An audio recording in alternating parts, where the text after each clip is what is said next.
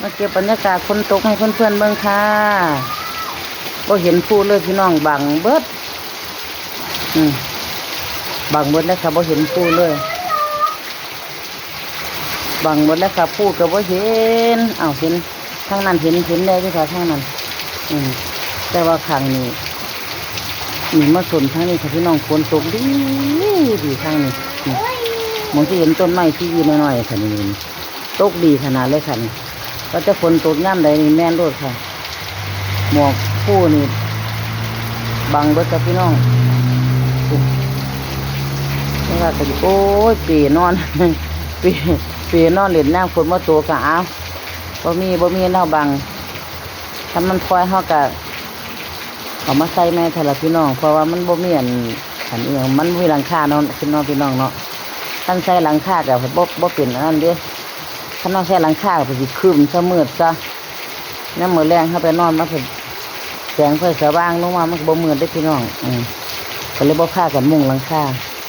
ไปนอนเล่นย่ำบรรยากาศย่ำหนาวย่ำหนังโอ้ยย่ำหนาวกับเขาห้องคือว่าแหละพี่น้องเนาะย่ำหนาวห้างเสือก็พากันไปดังไฟสิงนอนคุยกันเนาะห้างเสือว่าย่ำหนาวส่วนมากซุมื้อนี้มันก็บ่ค่อยมีนางสิงไฟดอกพี่น้องขึ้นเฮียนนอนไผนอนมันเอาพี่น้องว่าซั่นเฮ้ยหลานก็ได้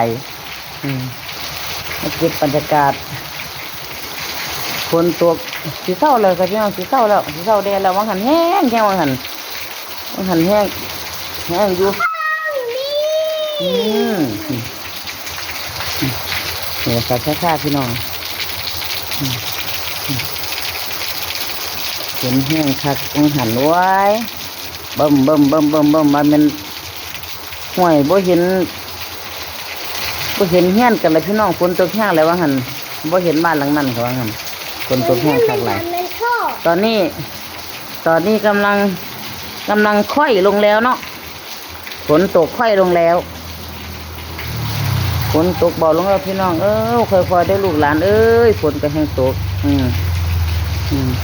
ฝนตกถนนก็เลื่อนเดินทางไปใส่มาใส่กาปลอดภัยได้ค่ะค่อยไปค่อยมาเพราะว่าถนนลื่นเนาะพี่น้องเนาะฝนตกมันก็อยู่กับเฮาแล้วระมัดระวังเอาค่อยไปค่อยมาแล้วผู้เฒ่าก็ว่างสิแล้วเนาะผู้เฒ่าไปใช้ก็ค่อยไปค่อยมาคือกันค่อยไปค่อยมามันก็เตือนว่าพี่น้องเนาะคนทางลื่นเขากับเขาไปค่อยมาครับด้วยก็ระมัดระวัง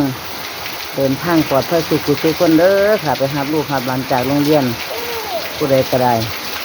วันนี้เอ็มมาไม่ได้ไปโรงเรียนก็สบายจักหน่อย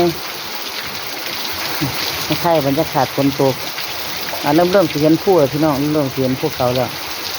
ว่างหันบ่เห็นเลยพี่น้องมืดมิดเนี่ยเริ่มเห็นแล้วค่ะเริ่มเห็นผู้แล้วว่างหันนี่บ่เห็นนังเลย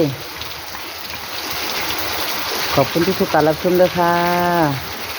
ยายกดติดตามใจนะคะโอ้โปรดติดตามด้วยนะคะโอ้ยหลานหน่อยว่าโปรดติดตามด้วยนะคะพอสั้น